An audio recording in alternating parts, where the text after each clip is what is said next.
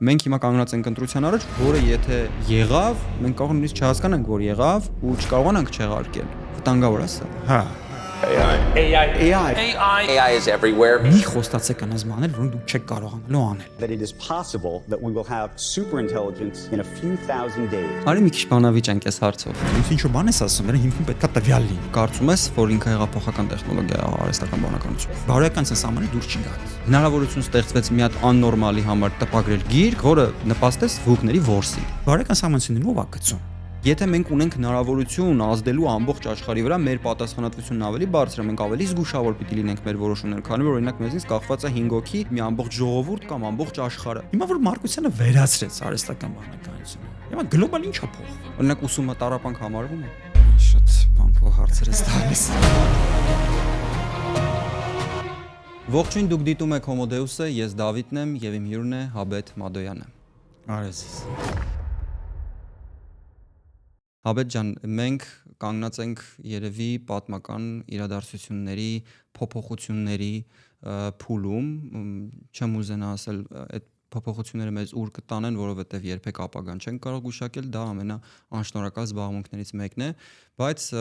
ես քո ելույթները շատ եմ լսել, մենք հիմնականում այսօր փորձելու ենք քո մասնագիտական ուղղությամբ խոսել, բայց սկիզբ ուզում եմ բացել զրույցը նրանից, թե ինչից ես դու շատ խոսում տարբեր հարթակներում եւ տարբեր տեղերում Եվ տրամաբանական հարցը, արդյոք դու ինչ ես կարծում, հասարակությունը, մարդիկ գիտեն որն է իրենց համար լավը եւ որն է ճիշտը։ Դրանք երկու տարբեր բաներ են։ Ըստ քեզ մարդիկ կարող են իրենք իմանալ ինչն է իրենց համար լավ եւ ճիշտ միաժամանակ։ Կարծում եմ, հա, հիմա եթե հարցում ես մարդիկ թե հասարակություն, իսկ դրանք տարբեր են։ Հասարակությունը, հա, ընդհանուր առմամբ բաղկացած է շատ տարբեր փոքր թվով մարդկանցից, բայց գլոբալ եթե վերցնենք հասարակությունը միջինում մարդիկ կարող են իմանալ ինչն է իրենց համար լավ, ինչը վատ։ Հա, կարծում եմ, հա։ Okay, ու այդ տրամաբանության մեջ հա։ Միջինում, հա։ Այդ տրամաբանության մեջ տեղավորվում է այն փաստը, որ դու տարբեր հարթակներից նշում ես, որ պետքա մարդկանց թույլ տալ, որ զենք կրեն, եւ պետքա զենքը օրինականացնել, ճիշտ է։ Չէ, ես այդ չեմ ասում, դա զենքը օրինական է, ու զենքը թույլատրված է մարդկանց կրել, ու Հայաստանում 90-ականների սկզբից էլ եթե չեմ սխալվում, թույլատրված եղել է։ Ուղղակի ժամանակ ոնց էր միջևս վերջին փոփոխությունները, որ մարդը ձեռք էր բերում որսորդական հրացան, ցանկացած տիպի որսորդական հրացան ու 5 տարի հետո ինքը արդեն իրավունք ուներ գնալու ձեռք բերելու ակուսափող հրացան միջև որսորդական հրացանը ողորկափող են, այսինքն հեռավորության վրա, ավելի կարճ հեռավորության վրա են աշխատում։ Իսկ այս վերջին օրենսդրական փոփոխություններն արդեն ասում են, որ ցանկացած, եթե չեմ սխալվում, 21 տարին լրացած Հայաստանի Հանրապետության քաղաքացի գնում է հանձնում է երկու հատ քննություն, տեսական գործնական, իդեպ կարող նույն ազատազենում էլ հանձնեն, հա, ու այդ քննության արդյունքների հիման վրա եթե հանձնում է, կարող գնա ու ձեռք բերի ակուսափող հրացան։ Այսինքն իմ ասած ոչ թե նա որ մարդկանց պետքա թույլատրել, որ իրանք այդ հարցը հուսով եմ չկա։ Այսինքն չին էլ ոչ մի պայգան մեզ ասեն դե ինչ չունեք հանեք տվեք որտեվ էլ չի թույլատրվում, հա։ Այլ հարցն է որ ինչ որ տրամաբանություն պետքա լիներ թե օրինակ ինչի ամարտը 5 տարի որսորդական հրացան իրան մոտ նոր 5 տարի հետո պետքա իրավունք ինչ որ հին սովետական բաներ էին սրանք, հա, որոշումներ էին, օրենքներ էին։ Ես ասել եմ որ դա պետքա քարոզվի, այսինքն ոչ թե պետքա թույլատրվի, այլ պետքա խրախուսվի որ մարդիկ ունենան հրազեն։ Ինստիտուցիոնալ մոտեցում է ընդհանրում դա։ Այսինքն պետք է ինստիտուցիոնալ sense ասեմ, աշխարհում չեմ կարծում կա այդպես մի հատ պետություն, որը կուզենա որ իր քաղաքացիները զինված լինեն, այդ ոչ մի իշխող դասակարգի պետք չի դա, ինչքան ուզում է դրսից թշնամին շատ ուզենա իրան խեղդի, բայց ցանկացած իշխանություն, ցանկացած պետության, ցանկացած իշխանություն հոգու խորքում մի քիչ sense վախենում է, որ այդ զենքը կարող է ինչ-որ ժամանակ իր դեմ ուղղվի։ Բայց կարծում եմ որ հասարակության մեջ պետքա լինեն շերտեր, պետքա լինեն ՀԿ-ներ, պետքա լինեն կազմակերպություններ, կուսակցություններ, չգիտեմ, ինչ որ կառույցներ, որոնց համար հա դա պետքա լինի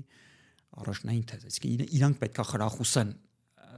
դա, այսինքն զենքի մշակույթը հասարակության մեջ ու իրանք պետքա հանդես գան որպես միջնորդ այդ մարկանց, որոնք ուզում են լինել զինված, ուզում են այդ զենքի մշակույթը տարածվի ու պետության մեջ։ Ոնց որ պետքա բաները բերեն բալանսավորելու ու նաև պետքա մեծ գործ կանելու որ պետությանը համոզեն որ այդ մարդիկ չեն զինվում ձեր դեմ այսինքն այստեղ ձեր համար վտանգ չկա Դες մի հատ լավ օրինակ կար, երբ որ չեմ սխալվում Օբամայի ժամանակ էր, այնտեղ ֆեդերալ կառավարությունը որոշում ընդունեց, որ ինչ որ որոշակի զինատեսակների համար բան արեցին, սահմանափակումներ դրեցին, օրինակ ասենք, չգիտեմ, հրացանի պահեստատուփը, ինքը պետքա ինչ որ 50 հատից ավել փամփուշտ մեջը չլիներ, թե ինչ սահմանը ու հրաման ուղարկեցին նահանգներին, որ գնան ու քաղաքացիների ձեռքից նրանք ովքեր արդեն ունեն գնան հավաքեն այդ բաները։ Պահեստատուփը, ու նաև ինչ որ որոշակի զինատեսակներ, որ պետքա գնար հետ հավաքվեր, ու դա ֆեդերալ կառավարությունը որոշում ընդունեց, գնաց նահանգներ, որոշ նահանգներ ասացին, որ Ժորջիա մենք այդ չենք անելու, օրինակ Ալյասկայի սենատը դրեց քննարկեց, ասաց այն ժամանակ, երբ որ մենք մտել ենք Ամերիկայի կազմ այդ 20-րդ դարի սկզբին, այդ պայմանագիրը, որ մենք մեր նահանգը Ամերիկայի կառավարությանն հետ ստորագրել, այդ պայմանագրով մենք իրավունք ենք ունեցել, որ ինչ զենք ուզում ենք, մեր մոտ պետքա կիրառենք, հիմա եթե դուք ֆեդերալ կառավարությունից ստիպում ես, որ ես sense ինչ որ քայլեր անեմ, ես այդ մեր պայմանավորվածների խախտում այդ դեռ չեմ անելու։ Ու այդ բանը որոշումը դες ուղղակի մնաց օթում։ Հետո մյուս քայլը որ եղավ, այդ եղավ այն, որ նույնիսկ երբ որ այն նահանգները, որոնք որոշում էին ընդունել, որ իրանք օքեյ այդ բանին հրամանին հետևում են ու այդ արկելված զինատեսակները սկսում են հավաքել, հիմա ով է հավաքելու դա, տեղական շերիֆները։ Նահանգից հրաման իջավ շերիֆներին ասացին մենք չենք հավաքում, չենք ուզում, չենք անելու, որովհետև ասում եմ, եթե դուք օրինապահ քաղաքացու ձեռքից զենք եք հավաքում, դու նշանակում է, որ դուք մեծ շերիֆներից թողնում եք հանցագործների դեմ մենակ։ Իսենց մենք ենք օրինապահ զինված քաղաքացիներն են այս կողմից ու այս կողմից բանն այդ հանցագործն։ Այ հիմա եթե դու օրինապահ ձեռքի զենք հավաքեցին, մնացինք մենք ու հանցագործը, չէ՞, պարզ է որ հանցագործները իրենց զենքով չեն հանձնելու բանանը, չէ՞։ Ու դա լավ օրինակ էր, որը ցույց է տալիս, որ նո այդպես բան կարա լինի Ամերիկայում, որտեղ ֆեդերատիվ բանա կառավարման համակարգ է, պետությունը ինքը ֆեդերացիա է որպես այդպեսին, Նկատի ունես, որ կարա մնա, այսինքն եթե պետությունը ընդունի նման օրենք, ինչ որ մի նահանգում դա կարա դեռ մնա։ Ոչ միայն ինչ որ նահանգում, կարա նահանգն էլ որոշի, որ ինքը անում է, բայց ինչ որ այդ նահանգի ինչ որ մի քաղաքի, ինչ որ մի թաղամաս, ասի ես չեմ անում։ Հիմա մի հատ sense հարց, դա ասացիր, որ օրինապահ քաղաքացին իհարկե հասարակական, սոցիալական բարձր գիտակցության քաղաքացին, ով գիտի իրավունքները, գիտի ուրիշների իրավունքները ինչպես չխախտի եւ այլն։ Մենք ապրում ենք Հայաստանում, ես վերջերս մեր թաղերից մեկում տեսա, որ մի հատ քաղաքացի օրենքը կոնկրետ խախտում էր ու շատ մանրամասներ չասեմ եւ այլն, բայց ամբողջ թաղում ոչ մի ոստիկանի չի զանգել եւ երկար ժամեր այդ մարդը ամբողջ թաղում մի հատ կրկես է սարքել ուղակի, բայց ոչ ոք չի զանգել ոստիկանություն։ Սա խոսում է որոշակի հասարակական գիտակցության, գուցե այդ թաղի կոնկրետ, ոչ թե ընդհանուր ամբողջ հասարակության մասին։ Մենք ունենք որոշակի մշակութային ժառանգություն սովետից վերցրած եւ այս մասով արդյոք մեր հասարակությունը հիմա Էկոստեպը արևային պանելների մասին չէ, այլ ֆինանսական արդյունավետության։ Այստեղ տեղադրված է Հայաստանի տանիքային ամենախոշոր արևային կայանը, ընդհանուր 2.5 մեգավատ հզորությամբ։ Այն ամեն ամիս խնայում է այս գործարանի համար ավելի քան 150 միլիոն դրամ, եւ դա անշուշտ ֆինանսական արդյունավետության մասին է։ Դե ինչ կանաչ քայլ կատարելու հերթը ձերն է։ Իսկ Homodeus պրոմոկոդով արևային կայան տեղադրելու դեպքում կստանաք հատուկ քեշբեք, որը ի դեպ փոքր թիվ չէ։ Մանրամասների համար զանգահարեք 8124 կարճ համարին եւ ձեզ ամեն ինչ կպատմեն կամ թողեք զանգի պատվեր Ecostep AM կայքում։ Հանդիպենք։ Եթե վաղվանից օրինակ լոբիստները հասնեն նրան, որ այդ բոլոր խոչընդոտներն ու լրացուցիչ քայլերը վերանան ու միանգամից հեշտ ու հանգիստ ամեն 21 տարեկան լրացած մարդ կարողանա վերցնել զենք։ Հասել եք, հիմա դժվար չի զենք վերցնելը։ Արդյոք մեր մոտ հիմա դա լավ արդյունքի կբերի։ Նկատի ունեք մշակութային բան։ Կարող է հանեն հարսանիքներում իրար վրա կրակեն կամ մոտ կրակեն կամ դա։ Նկատի ունեք 22 տարեկան տղան, որը օրինակ իր անգերուն միտեղ փողոցում էս վերջերս դեպք եղավ, չէ՞ որ փողոցում երկար նայել էին սպիտակում ու հետո այդ տղային դանակահարությամբ սպանեցին, 17-ամյա երեխայի սպանեց 20 տարեկան տղա։ Ինչ կլինի, եթե մենք այս տաքարյուն բնավորությամբ միջին վիճակագրական քաղաքացուն վստահենք զենք։ կարծում եմ ես ուզում եմ sense մոտավոր պատկերացում ստանանք, արդյոք մեզ դա լավ բանի կբերի կամ եթե ոչ, ապա որ սցենարով լավ բանի կբերի։ Շատ լավ։ Նախ ես ուղղակի ասեմ անցնենք առաջ, որ այն որ հայը տակարյուն է, ինձ թվում է միֆ է, չգիտեմ ինչ ենք դաժան, որ հայը տակարյուն է, որտեղից ենք վերցրել։ Հիմա ինչ մեկի ընկերում միշտ հարց նայեց, ես դանակով խփել եմ, ցավալի է, բայց պետք չի նախ ուժների ընկերներին հարց նայել, այդ մեկ երկրորդը դա ինչ որ վատ բաներ է, որոնք ամեն հասարակությունը ունի։ Հիմա եթե մենք ենթադրում ենք, օրինակ ես վերջերս մի հատ դեպք եղավ, որ պաշտոնյաներից մեկը, թե չեմ սխալվում, եկին գործի նախարարներ, թե փոխնախարարներ հայտարարել էր, որ Հայաստանում աճել է օրինական հրազենով հանցագործությունների քանակը, թե ինչ որ բաներ արել, հայտարարություններ արել, երբ որ ազատազան են նույն փորձեց ամեն կերպ իրենց պատասխան ստանալ, թե բայց ցույց տվեք էլի, ասենք բարձրացնում ոստիկանությունը նման բան չի անում, վիճակագրություն չունի։ Իսկ հիմա դուք դες ոստիկանության հարցնես, ասես իրականացված հանցագործությունների քանի տոկոսն է եղել, ապօրինի զենքով քանի տոկոսն է եղել, օրինական զենքով, ոստիկանությունը ասում է չգիտեմ, հա։ Այսինքն եթե մի բան դու չես չափում, դու չես կարող կառավարես, հա, արդեն հարցը բան է անում։ Հիմա արդյոք Հայաստանում հանցագործությունների մակարդակը այսօր բարձր է, քան ենթադրենք թե Հայաստանի նման այլ երկրներում, կարծում եմ չէ, բարձր չի, Հայաստանը բավականին հանցագործությունների տեսակետից բավականին ապահով երկիր է, ասենց ասեմ, հա։ Ու զենքի մարդկանց մոտ զենք կա շատ վաղուց, ոնց ասացի, այդ սահմանը բանը, որ 5 տարի դու կարաս գնաս որսորդական հրացան առնես, հա, ունենաս ու 5 տարի հետո առնես ակոսափող հրացան, իրական որսորդական հրացանն էլ է մարդուն վնաս պատճառել, կարող շատ հանգիստ ու շատ լավ դուրս վնաս պատճառել։ Հիմա այդ մեր հասարակության միշտ է եղել, բայց հանցագործությունը կրկին չի բարձացել, ասենց, ու չկա որևէ գիտական հիմք այսօր պնդելու, մի քանի տարի արդեն 2 թե 3 տարի է կա ինչպես զենքի թեման բան ա եղել, լիբերալացվել է, դեռևս չկա հիմք պնդելու, որ դա բերել է նրան, որ հրազենով հանցագործությունների քանակը ավելացել ու դա է բերել դրան, հա։ Այս շատ կարևոր է որ մենք հասկանանք այդ օրինական հրազենով հանցագործությունները առաջանում, ապօրինի հրազենով ու որպեսզի մենք կարողանանք ասենք որ ինչ-որ մի բան Հայաստանում ինչ որ ուրիշ ձև է, այսինքն հետևանքը, օրինակ հանցագործությունների քանակը հետևանքը, սրա մենք ինչ պետք է անենք, մենք պետք է անենք ժամանակի մեջ դա ոնց է փոխվել, չասենք օրինակ մինչև բանը չկար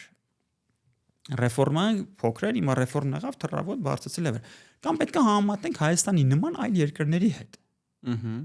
Հա, որ տեսնենք, ասենք, օրինակ այլ երկրներում ոնց է, դրանք թե այլ երկրներում նայում ես Հայաստանի նման երկրները միջինում 100 կամ 1000 հոգու հաշվով, ասենք, չգիտեմ, 15 սպանությունը Հայաստանում հանգրծակի դարել է 50։ Հա, սա նշանակում է, որ հա, մենք ունենք մի հատ խնդիր, իսկ դες վերլուծություն պետք է արվի, որպես նոր դրանից հետո մենք կարողանանք հասկանալ, ասենք, օրինակ, ինչ քաղաքականություն է պետքա պետքի խնդիր կա թե չկա։ Ես կարծում եմ խնդիր չկա։ Այ ես ինքս շատ զինված մարդ եմ, տարբեր զինատեսակներն են, բայց իմ մտքով երբեք չի անցնում, որ եթե ինչ-որ մեկը իր վրա գոռաց կամ բակում աղմուկ արեց կամ չգիտեմ ինչ-որ մեկից նեղացրեց կամ թարցնայեց կամ ես պետքա գնամ զենքը վերցնեմ դուրս կամ չկա, այդպես բան չկա իմ մեջ։ Այդ դա կոչվում է զենքի մշակույթ, այսինքն հասկանալը զենքի ինչի համար է։ Զենքը բակում հարցեր լուծելու համար չի, այդ զենքը ինչ-որ մեկից ինչ-որ պատիվ պահանջելու համար չի, հա, ուրիշ նպատակներ ունի։ Հերրու մշակութային նպատակներ, որ հասարակությունը գիտակցի իր պատասխանատվության, նախ ինքնապատասխանատվությունը բարձրանա, հա։ Ես կարծում եմ, օրինակ, տես մի հատ տեսություն կար, ընդհանրապես տեսություն է, որ ռուս-ֆիննական պատերազմի ժամանակ ֆիննական սնայպերների բան կար, չէ՞, տենց լեգենդ չի բավականին էլ իրականությունն է, ասում եմ դա ինչից էր գալիս, որտեվ ու լավ էին իրան կրակում, շատ դիպուկ էին կրակում ու ֆին սնայպերները սովետական բանակի բաններ, այդ կաշմարներ, հա, ասում ինչի որտեվ որսորդ ազգ է, ասենք այդ ազգը պուճու ժամանակում ես որսել եմ, ես որս չեմ անում ինքս, հա, երբեք չեմ արել, երևի երբևից է որսի չգնամ էլ, բայց այն փաստը որ մարդիկ շատ փոքր տարիքից իրանց բանի են սովորացել, զենքի են սովորացել, այդ նաև բերել է նրան, որ ինչ-որ անվտանգային հարցեր է լուծել։ Հիմա այն փաստը, որ հասարակությունը, օրինակ, կարա մինչև ատամները զինված լինի, ենթադրենք, թե դա մեր պետության գոյության ոչ անհրաժեշտ, ոչ էլ բավարար պայման է։ Բայց դա ինչ-որ մի պայման է, որը ինչ որ ուշքի անվտանգային մեր անվտանգային իրավիճակը մի քիչ լավացնում է։ Եթե օգուտ չտա, վնասել չի տա։ Վնասել չի տա, այո։ Այսինքն մենք չենք ասում, որ բանա ոչ մի թեզ չկա, որ նույն չգիտեմ ազատազենը կամ ազատազենի նման այլ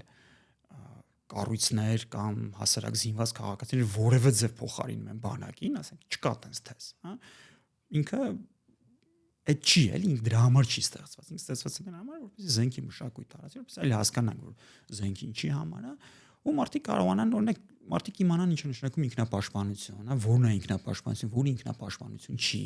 նշանակում անհրաժեշտ պաշտպանություն, օրենքն են դրա համար քննություն կա, պետք է գնաս քննություն։ Համաչափ ժամանակին այդ քննությունը չկար, ասենք այդ բանը ստանալու համար, որսորդական հրացան առնելու համար պետք է գնալ փսիխոնարկո հանձնեիր։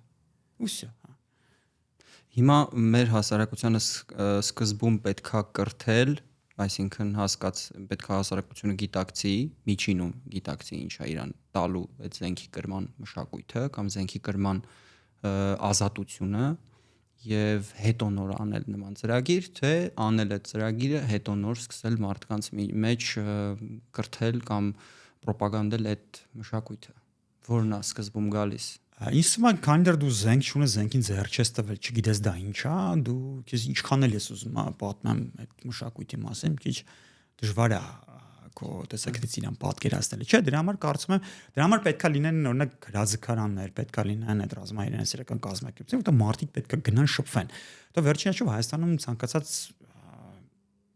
երիտասարդ տղա ծառայում է, չէ, բանակում, որտեղ ենթադրում է, որ ինքը զենքի արդեն շփվել է։ Դրա համար է տարիքը 21, ասենք գնացել է բանակ օրինակ տղան, հետ է եկել արդեն ինքը ժամանակն է, որ ինքը, այսինքն այդ նույն բանը կրթությունը, բանը զենքի հետ կապված, ինքը բանակում էլ ստանա։ Մենք այն բանակում է սովորացնում, մեկը մյուսին չի խանգարում։ Բան չի։ Չէ, ես կարծում եմ, որ հասարակության կրթելու մեկը պետք է անդադ խոսա զենքի մասին, բացատրել, որ սա ինչ է, սա ուղղված չի իշխանությունների դեմ, ուղղված չի պետության դեմ, ուղղված չի հարևանների դեմ, թե աշխարհաքաղաքական հարևանների դեմ, հա, կամ քեզ վատ կոմենտ գրողների դեմ, ասենք սա կարա լինի ընդհանրապես օրինակ ման սպորտային հետաքրքրություն։ Հա, ասենք մարդկա օրինակ չգիտեմ ինչով ասբա, ինչ հետաքրքրություն է, մարդկա կինո է սիրում, մարդկա ֆուտբոլ է խաղում, մարդկա բասկետբոլ է խաղում, մարդել կա ասենք ամեն շաբաթ կիրակի գնում է սարը կրակում է, ենթադրենք։ Կարա լինի սպորտային հետաքրքրություն, եթե կա մարդկանց խումբ, որը այս թեմային նվիրված է ու այս թեմայի շուրջ աշխատում է, իրանք պետքա այդ թեմայի շուրջ աշխատեն։ Հասկացա։ Լավ, արի անցնենք մեր քո մասնագիտական թեմային, դու տվյալագետ ես եւ մենք կանգնած ենք ժամանակներում, երբ հասարակությունը ոչ միայն ընտրություն պիտի կատարի, զենք վերցնի թե չվերցնի, այլ նոր զենք է առաջացել մեր իրականության մեջ, որը մեզ չգիտենք ուրա բերելու հասցնելու։ Ես ուզում եմ քեզ հարց տալ, քանի որ մեր Հայաստանի ոդկասթներում եւ մեդիա դաշտում առհասարակ բոլոր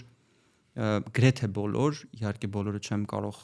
ուսումնասիրել, շատերին ուսումնասիրելով եւ լինելով տարբեր կոնֆերանսներին, որտեղ խոսում են հենց AI-ի մասին, արհեստական բանականության մասին, նկատում եմ, որ կա ինչ-որ կոմպլիմենտար գիծ եւ թեր հասկացողություն, ինչ է ընդհանրապես արհեստական բանականությունը։ Մարդիկ օրինակ հաճախ ասում են դա գործիք է, դա գործիք է, դա գործիք է, բայց ես կարող եմ ցանկացած մարդու հիմնավորել, որ դա միայն գործիք չի։ Այս առումով դու ինչ ես կարծում արհեստական բանականությունը պարունակում արդյոք առաջինը սկսենք տնտեսականից, արդյոք պարունակում արհեստական բանականությունը տնտեսական վտանգներ, կա այնպիսի սցենար, որով կարող է արհեստական բանականությունը տնտեսական կոլապսի կամ տնտեսական վտանգների, փոփոխությունների, որոնց մենք պատրաստ չենք հանգեցնել։ Տեսականորեն հա, կարա, որտեվ երբ որ խոսում են արհեստական բանականության մասին ու ասում են, որ այ օրինակ ընկերությունները շատ լուրջ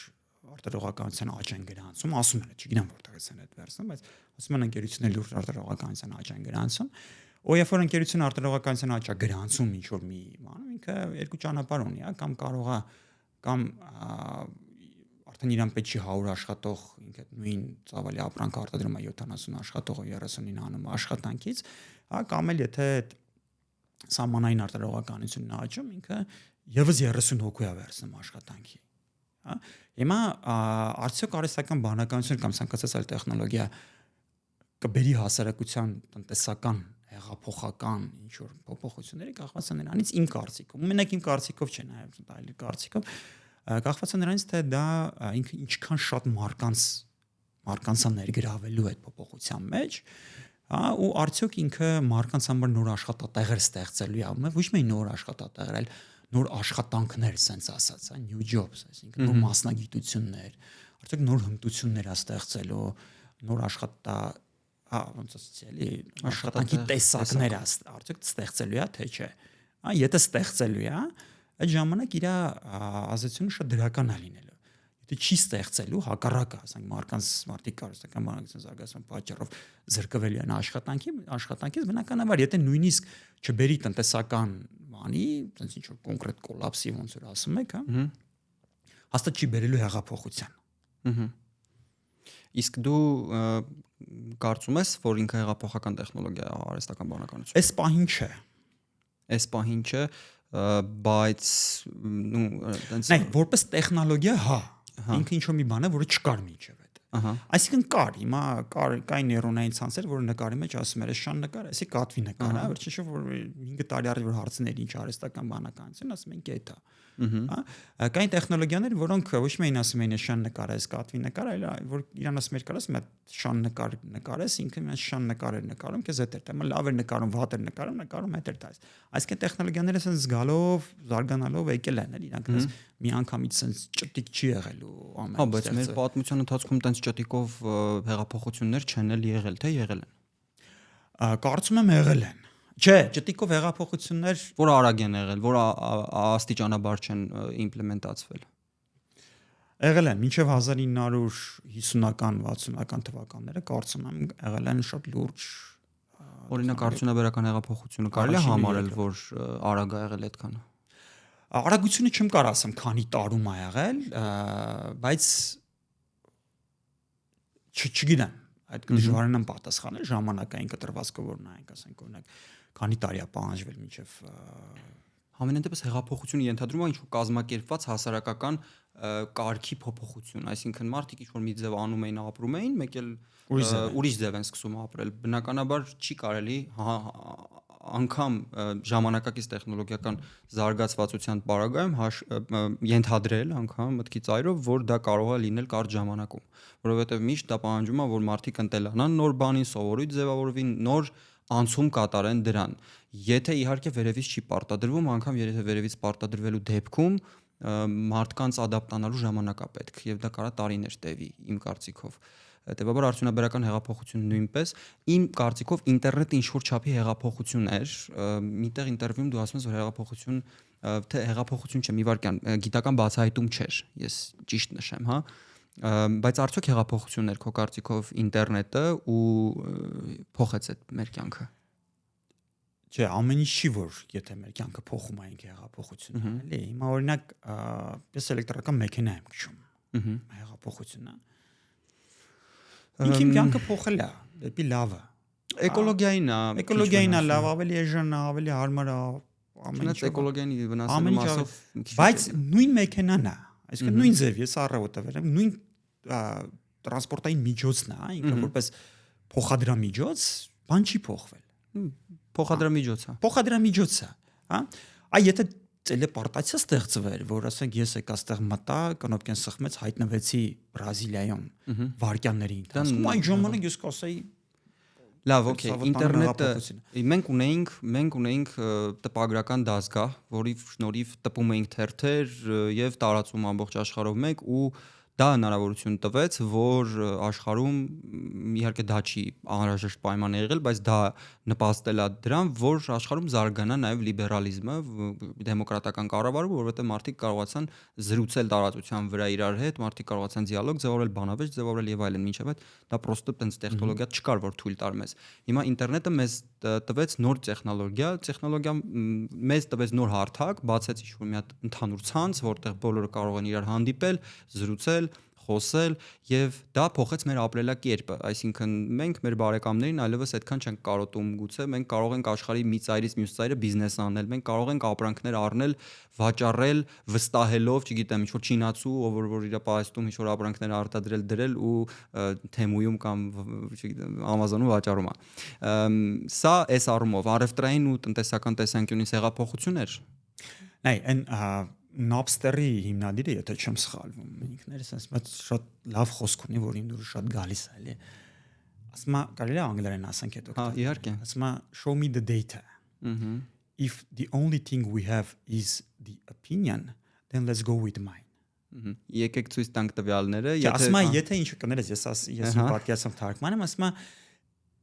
ցույց տուն ինձ տվյալների, ինչ-որ բան ես ասում, դրա հիմքում պետքա տվյալ լինի։ Եթե տվյալ չկա, այսինքն ընդհանրապես այստեղ կարծիքներ է, այդ դեպքում եկեք բոլորով ընդունենք, որ իմ կարծիքն է ճիշտ։ Ահա։ Այ մասը դրա նույն անգլերեն բանն է, ասում է in God we trust, for everything else show me the data։ Այ մասը մենք տվյալագետ ենք։ Հիմա եթե մենք ասում ենք հեղափոխություն, այդ հեղափոխությունը ինչ որ տեղ երևա, չէ, ինչ որ տվյալների մեջ, ինչ որ ցուցանիշ պետքա, ասենց շատ լուրջ փոխվի ու տվյալագետներն ունեն շատ հավես գործիքներ, ասենք, չգիտեմ, drift detection, change detection, ժամանակային շարքերի մեջ հասարակ բան։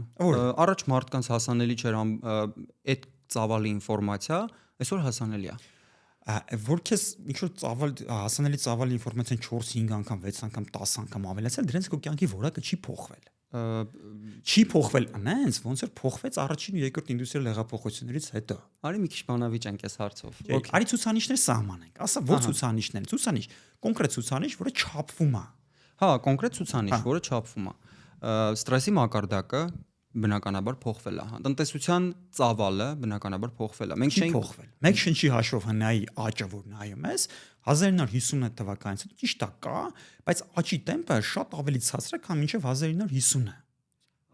Նվազել է աճի տեմպը։ Դրա համար են ասում 50-ական թվականներին։ Մինչև 50-ական ավելի բարձր է եղել։ Այո, բա ինդուստրիալ հեղափոխությունն ինչը աճի տեմպը ուժեղ է եղել։ 7, 8, 9, 10, 11% տարեկան տնտեսությունը աճել։ Հիմա եթե եվրոպական որևէ երկիր 2-3%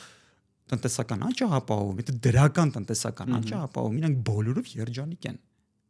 Հիմա մենք այդ թվերի մասին ենք խոսում։ Լավ, իսկ այն որ չկար օրինակ թվային կախվածություն գաղափարը, իսկ հիմա կա որ չկար օրինակ ինչ-որ բանից կախված ենք հիմա։ Առաջ բոլորը մետրոյում նստած թերթ էին կարդում, բոլորը մետրոյում նստած մտածեցին ինձ հեռախոսների։ Արդյոք դա լավ է թե վատ է, կարծում եմ միգուցե դժ վատ է։ Այդ է պատճառը, որ հիմա ասենք շատ պոպուլյար է դառնում օրինակ յոգան։ Ասենք մարդկությունը զարգացել եկել հասել է, ես շատ գիտեմ որտեղ արհեստական բանականություն է, էլի մեկը միակ փրկությունը 5000 տարի առաջ Ինդոսի Գանգեսի բաներում հովիտներում ինչ որ այն սպիտակամորի բիզեկի ասասներն է, որ նայում ես այս վերջերս ես բան էի կարդում էի Մարկոս Ավրելիոս մեդիտացիաները, ասենք 25000 տարի առաջվա գրած գիրք է։ Ասենք ինքը ժամանակակից մարդու փրկության բանն է, ասենք պետք է բանի կողքը պահես, անկողնոտ կողքան, դու բացես այն սաղմոսի պես, աղոթքի պես ինչ բաներ առանձին կարդաս, դնես կարդաս։ Ստոիցիզմը հիմա շատ է տարածվել, հա, հիմա ես ուզում ասեմ, որ եթե դու ուզում ես ասես, որ կա հեղափոխություն, այդ դեպքում արի այդ հեղափոխություն չափենք։ Իմ համար չափման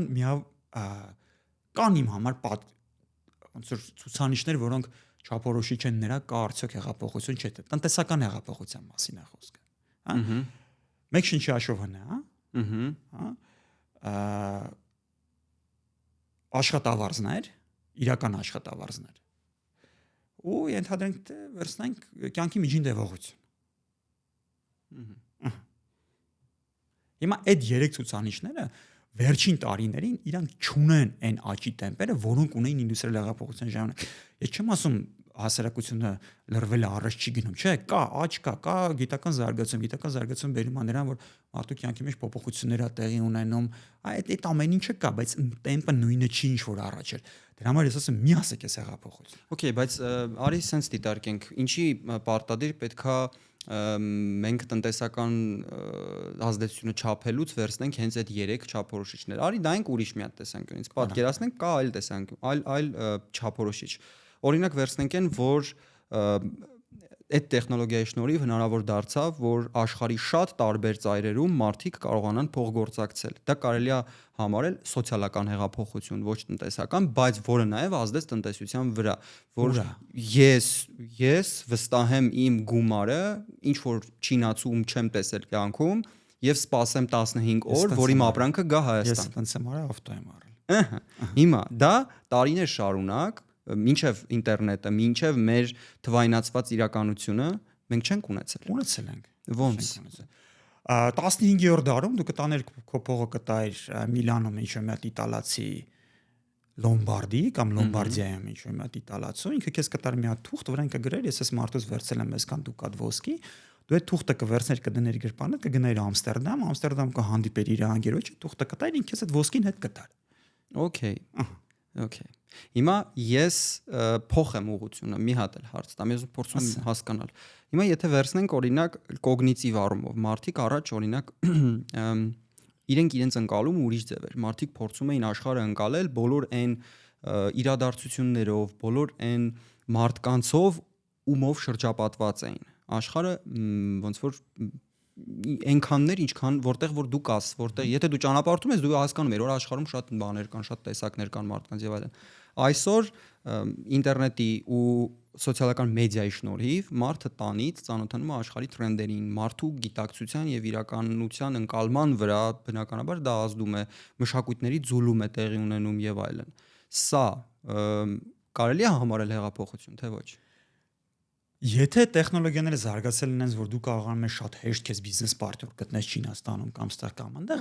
դա ինչ որտեղ պետքա երևա, չէ՞, ես էլ ասեմ, դա պետքա երևա հնայի աճի մեջ։ Ես իմ ուզում եմ նուդնի ես բանը անդադ հնայի աճի մեջ չէ երևում։ Որտեղ երևա։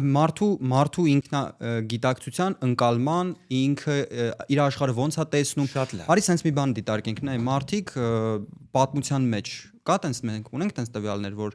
որքան են տառապել դեպրեսիայով 17-րդ, 18-րդ, 19-րդ դարերում եւ որքան 20-21-րդ դարում։ Եվ արդյոք 21-րդ դարում հիմա ավելի շատ է դեպրեսիան մարդկանց մոտ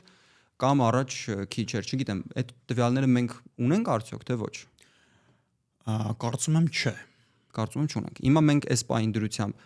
ավելի շատ ունենք, չենք կարող, չէ՞, համեմատել ասել, որ ավելի առաջ քիչ էր, դեպրեսիա քիչ էր, հիմա շատ է։ Առաջ եթե նկատում ես 10 տարի առաջ կարող է ասեինք, բայց եթե ուզենաս հասես 100 տարի առաջ, ենթադրում եմ որ չէ։ Փորձում ենք համեմատել 1950-ականներին, ինդուստրիալ հեղափոխության շրջանին։ Այն ժամանակ տվյալներ կար։ Նայ կարող է այն ժամանակ տվյալներ չեն հավաքել, բայց կարծում եմ որ կգտնվի ինչ-որ մի հատ գիտնական, որը հետադարձ հաշվարկ արած կլինի, հա, օրինակ ասենք նույն հնան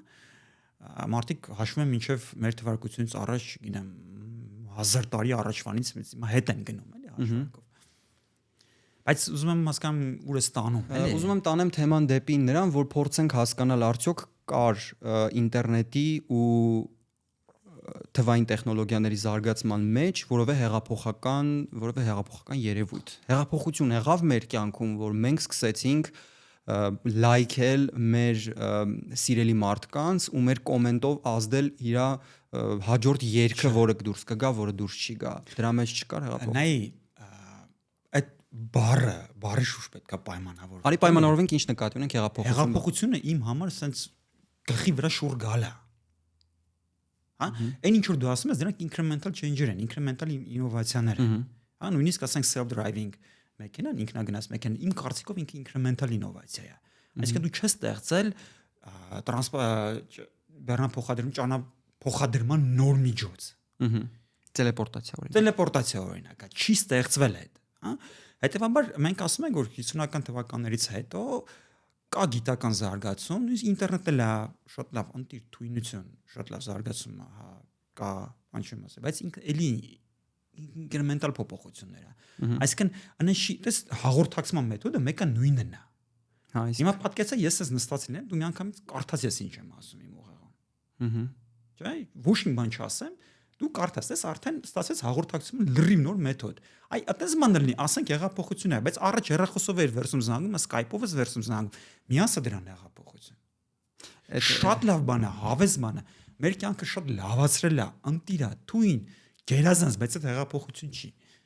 Իմ պատկերացմամբ հեղափոխություն չի։ Այդ մտքերը, որ կարդալու մասին ասում էի, ես վերջերս կարդում էի մի հատ հոդված, որ AI-ի միջոցով կարողանում են դու մտածում ես ինչ-որ պատկերների մասին ու քո ուղեղի տակ վերլուծում AI-ը ու ասում է քեզ ինչի մասին է դու մտածում, նկարագրում է պատկերը, որ հասկանաս այդ արտապատկերում այն ինչ որ դու մտածում ես։ Այդ դա կարող հեղափոխական լինի։ Երբ մի օր մենք հասնենք նրան, որ այդ տեխնոլոգիան ոնց որ հիմա չգիտեմ, նկարներ գեներացնելու պես դառնա հասանելի։ Գիտեմ, պետքա տեսնենք ինքը հեղափոխական տեխնոլոգիան մի բան է, տեխնոլոգիան կարող լինի հեղափոխական, այսինքն իր ոլորտում ինչ-որ բան շատ կտրուկ փոխի։ Բայց ինքը կարող չբերի հեղափոխական փոփոխություններ հասարակության մեջ։ Ինքը կարող չբերի նրան, տեղային կարող լինի։ Ինքը կարող չբերի նրան այնպիսի փոփոխությունների, որը կվերաբերի նրան թե հասարակության մեջ տարբեր շերտեր իր հետ ոնց են շփվում։ Օրինակ, ասենք համարվում է լուրջ շատ, ես ասեմ ու էլի կասեմ իմ տեսակետից ամենահեղափոխական 2-3 բաները, որ նայում ես, օրինակ տնտեսական, դրանք մեկը հակաբեղմնավորիչներն են, փիլը։ Երկրորդը լվացքի մեքենան է, երրորդը սառնարանն է։ Այս վերջին Նոբելյան մրցանակ ստացած բանկերում, հա, Աճամօղլուներ, այն կինը տնտեսագետ Կլաուդիա Գոլդին։ Կլաուդիա Գոլդինը, մի տարի առաջ, հա։ Հա, բայց Գոլդինից առաջ էլ է այդ ամենը։ Ինչի, որտեվ 3 բաներն է տեխնոլոգիական փոփոխություններն է, որ հնարավորություն է տվել կանանց մտնել աշխատաշուկա։ Կանայք չեն մտել աշխատաշուկա, որտեվ գնացին պայքարեցին, գորգորացին, բանարեցին, տղամարդիկ ասի, չէ, այդ բանը եղա, որտեվ արդեն լվացքի մեքենայի սառնարանի ու նաև գազօջախի հայտնվելու պարագայում տան գործերն արդեն որպես այդպեսին է ծանր վատ գործերը, որը կինը մինչև այդ արմել։ Իրա վրայից դուրս եկավ, հա ինքը սկսեց ունի ազատ ժամանակ, եթե ունի ազատ ժամանակ, ինչի չաշխատի, սկսում է մտնել աշխատաշուկա, չէ՞։ Ու բանը հակաբեղմնավորիչը հնարավորություն տվեց նույն կնոջը աշխատաշուկայից շատ ավելի ուշ դուրս գալ։ Այսինքն բավականին երկար մնաց տան։ Ու ինչ ստացվեց, որ ասենք բանը, ունեք մոտավորապես կոպիտ ասեմ, աշխատողների քանակը 2 անգամ հասարակության մեջ աճեց։ Չէ՞ որտեղ մինչև այդ կանայք չկային, հիմա կանայք եկան միացան։ Հիմա մենք գիտենք, որ տնտեսական աճը 2 գործոնով է պայմանավորված՝ կապիտալ ու աշխատուժ։ Ու երրորդը տեխնոլոգիական առաջընթացն է, բայց որը չափելը շատ բարդ խնդրեմ է։ Այդ երկու պատկերացրու դու այդ 2 տնտեսական աճի գործոններից մեկը հանգրցակի 2 անգամ ավելացրեցիր։ Դա տեխնոլոգիական փոփոխություն է, որը բերեց հասարակության մեջ բանի հեղափոխության։ Ասենք Henry Ford-ի որոշումը, որ նորմավորված աշխատանքային ժամ դնել ու իր աշխատողներին այնքան աշխատավարձ վճարել, որ իր աշխատողները կարողանան իր մեքենաներն առնեն, այդտեղ տեխնոլոգիական հեղափոխություն չկար։ Բայց դա բերեց տնտեսական հեղափոխություն։ Okay։ Հա, տեխնոլոգիական հեղափոխությունը հոսքագիծն էր։ Հա, հա, բայց հոսքագիծի գաղափար կարող է մինչև իրան էլ կար, բայց այդ ինքն էր ասում, որ ես պետքա հասցնեմ իմ ապրանքի գինը նրան, որ իմ բանվորը կարողանա իմ մեքենան առնի։ Այդ դա բերում է հեղափոխության։ Այսինքն մենք հիմա կանգնած ենք մենք հիմա կանգնած ենք նոր sense 50-50, հա, որ ունենք տեխնոլոգիա, որը դեռ չի արել հեղափոխություն, բայց կարա անի հեղափոխություն, այսինքն։ Ու ես շատ հուսով եմ, որ ինքը կանի, որտեղ խոսքը ԱԲ-ի մասին է։ Հա, որտեղ արհեստական բանականության հեղափոխական այսպես էս ուժը նրանում չի, որ դու տանես իրան, ասենք, դնես օրինակ call center-ում ու միանգամից sense բան լինի, ինքը ասենք փոխարինի call center-ի աշխատողներին, որտեղ կարողանում է ցանկացած հարցի պատասխանել, այդ չեղավ հեղափոխություն, լավ բան չի։ Մարդիկ զրկվում են աշխատանքից։ Իր հեղափոխական ուժը կարա լինի նրանում, որ օրինակ ինքը հնարավորություն տա մարդկանց ստեղծել նոր դեղամիջոցներ, որ այդ կապված աշխատանքներ կան արդեն, հա։ Ես այդ սպիտակուցին, հա, ասենք օրինակ կա, այտենց բաներ կա։ Դերևս աշխատող, sense հստակ ապացուցված աշխատող բաներ չկան, բայց դրա մեջ միլիարդներ է ներդրվում։ Եթե ինչ-որ մի պահ գա նրան, որ ասենք այդ դրա միջոցով մարդիկ կարողանան ունես մոլեկուլներ գեներացնել, այս քիմիական process-ներ գեներացնել, որի արդյունքում կստանան դեղ, որը կբուժի քաղցկեղը ամբողջովին, ոչ միայն կբուժի քաղցկեղը ամբողջովին, կպատվաստեն մարդուն քաղցկեղի դեմ, երբ որ ինքը կլինի 1 տարեկան, եթե կստանան դրա շնորհիվ ունես դեղեր, որոնք մարդու կյանքը 2 անգամ կավելացնի, ինքը կդառնա կապրի մինչև 180 տարեկան ու կապրի լավ, կապրի առողջ, հա, այդ ժամանակ արի խոսանք նրա մասին, որ տեղի է ունեցել ոչ միայն տեխնոլոգիական հեղափոխություն, այլ տեղի ունեցել է հեղափոխություն հասարակության կյանքում։ Որովհետև մարդիկ սկսել են ապրել 120-130 տարի։ Որովհետև ինչ-որ մի ցուցանիշ կա, որը մենք վերցնում ենք այդ ցուցանիշը չափում ենք, ասում ենք, որ այս ցուցանիշը ինքը ունեցել է լուրջ աճ կամ լուրջ փոփոխություն։ Նշեմ, որ ես պրոստը հաճույք եմ ստանում հիմա մեր զրույցից, որովհետև առաջին անգամ խոսում եմ մարդու հետ, որը իմ լեզվով փորձում է տվյալների հիման հիման վրա։ արհեստական բանական, լրիվ հակառակը, ես շատ ասեմ, չեմ կար դրան դեմ լինեմ, այդ իմ փեշակն է, դրանով եմ ապրում, ասենց ասած, հա։ Հիմա, բայց շնորհակալություն հայտնում ես ChatGPT-ին վերջում, երբ որ ինքս պատասխան։ Վերջում չէ, սկզբում եմ, ասեմ, please։ Նախ շնորհակալ եմ ինչ-որ պիտի։ Ի տարբերություն արհեստական բանականության, մեր արած աշխատանքի համար շնորհակալ չլինելու դեպքում ձեզ ապագայում ոչինչ չի սպառնում, բայց եթե այնուամենայնիվ ուզում եք մեզ օգտակար լինել, ապա շատ հեշտ է դա անելը։ Ուղղակի լայքեք այս թողարկումը, բաժանորդագրված եղեք մեր ալիքին եւ գրեք մեկնաբանություններում ձեր կարծիքը։ Եվ իհարկե ես շատ շնորհակալ եմ այն մարդկանց, ովքեր հետևողականորեն դա անում են։ Հիմա տես, չէ, ես տենց ասում եմ, դες դասիրակություն եմ ստացել, այդ ChatGPT-ին կապ չունի, այդ դրած է իմ ծնողներից։ Anyway, բայց ինչ եմ ուզում ասեմ, որ հեղափոխական տեխնոլոգիաներ մենք տեսնում ենք անընդհատ։ Տեխնոլոգիաներ, որոնք գալիս են պնդելու, որ իրանք հեղափոխական են։ Արհեստական բանականության թեման նոր բան չի։ Օրինակ, ես խորհուրդ 50-ականներից ես խորհուրդ եմ տալիս Google Engram-ները, գիտես ինչ է, որ գնում ես բան Google-ում search ես անում, դες հատուկ ծառայություն կա։ Տալիս ես 2 հատ բառ, 3 հատ բառ, էական չի, Engram-ը, ինքը բառերի բառակապակցություն, հա, տալիս ես ու ինքը Google-ի տեքստերի մեջ գրքեր, հոդվածներ, մեդիա բանիկը բան ունի հավաքած, էլի ցույց է տալիս այդ բառերի կամ բառերի հերթականության հաճախականությունը տեքստերում։ Հա, ու դու դրանով կտեսնես, թե ինչ որ մի բան ինչքան պոպուլյար է եղել ինչ որ ժամանակ, հետո ոնց է դադարել պոպուլյար լինել։ Գնացեք, ասենք search տվեք AI, artificial intelligence։ Սենց 50-60-ականից սենց բարձանում է, եթե չեմ սխալվում, մինչև 60-ականներ, հետո եղավ այն ինչ որ ասում են, բան, չէ, արհեստական բանականության ձմեռը։ Ընկավ, հետո բարձացավ, մի հատ էլ ընկավ ու հիմա նորից բարձանում է։ Մենք չգիտենք ես կբար ու մինչև ChatGPT հայտնվել է 2-3 տարի արդեն խոսվում էր արհեստական բանականության ձմեռվա մասին, որ սա ձմեռ։ Հիմա ինչի եմ ես այդտեղ շատ զգույշ, որովհետև ես ու ես նաև ուզում զգուշացնեմ այն մարդկանց, ովքեր զբաղվում են, ոչ թե զբաղվում են արհեստական բանականությամբ, բայց զբաղվում են այդ գործիքների կիրառությամբ, հա, մի խոստացեք անես բաներ, որոնք դուք չեք կարողանալու անել։ Over promise մի արեք, այսպես ասած, հա, եթե դուք գնում եք խոստացեք մենակ ինչ որ հնարավոր անել։ Այս վերջից Rand Corporation-ը իր բանը որ տվեց, այդ հետազոտությունները, ասենք Ամերիկայում արհեստական բանականության հետ կապված պրոյեկտների 80%-ը fail է։ Ես էդ էի կարդում, 3 էդ էի կարդում։ Այն դեպքում որ IT պրոյեկտների 40%-ն է fail, եկեք էդ էլ բան անենք, ճիշտ ասենք, հա, բայց 80%-ը fail է, այսինքն այդ պետք է հասկանալ, որ ճիշտ է շատ լավ բան է ինքը մեզ օգնում է, ասենք ես 1000 տարի առաջ եմ վերջին անգամ Google search արել, իսկ այն ուզում եմ լվասկի մեքենա միացնել, sense բռնեցի նկարեցի ուղարկում ChatGPT-ին, ասում ես որ կնոպկան սխմեմ ինչ։ Ահա, okay, շատ լավ է։ Դու ինա ավես է, իմ կյանքը լավացել է, բայց հեղափոխություն չկա։ Ու նորից այդ չի խոստանալ այնպես բաներ, որը մենք չենք կարողանա մարդկանց deliver անել, էլի։ Այդ առումով պետք է շատ զգույշ լինել։ AI մեզ արհեստական բանականությունը մեզ կօգնի գիտության մեջ նոր բացահայտումներ, նոր բաներ անել։ Իդեպս վերջերս մի հատ էլ հոդված էի կարդում, որտեղ կարողացել են սպիտակուցների սինթեզման այդ մեթոդը արհեստական բանականության շնորհիվ հասկանալ ու կանխատեսել, որը կարելի է համարել, որ մոտեցնում է մեզ արդեն այդ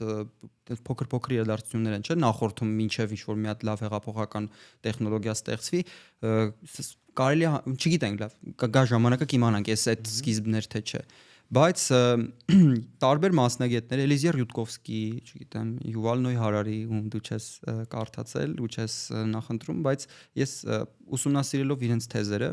հիմա փորձեմ մի հատ հարց տալ քեզ, որ հասկանանք արդյոք դա հնարավոր սցենար է թե ոչ։ Ասում են, որ առաջին անգամ մենք ամբողջ պատմության ընթացքում բոլոր տեխնոլոգիական լուծումները, որ մենք գտել ենք, անգամ եթե դրանք հեղափոխական են եղել, դրանք եղել են գործիք, իրապես գործիք։ Օրինակ մենք ատոմային ռումբը ստեղծեցինք, բայց մենք ենք որոշում կնոպկան սեղմենք թե չսեղմենք։ Մենք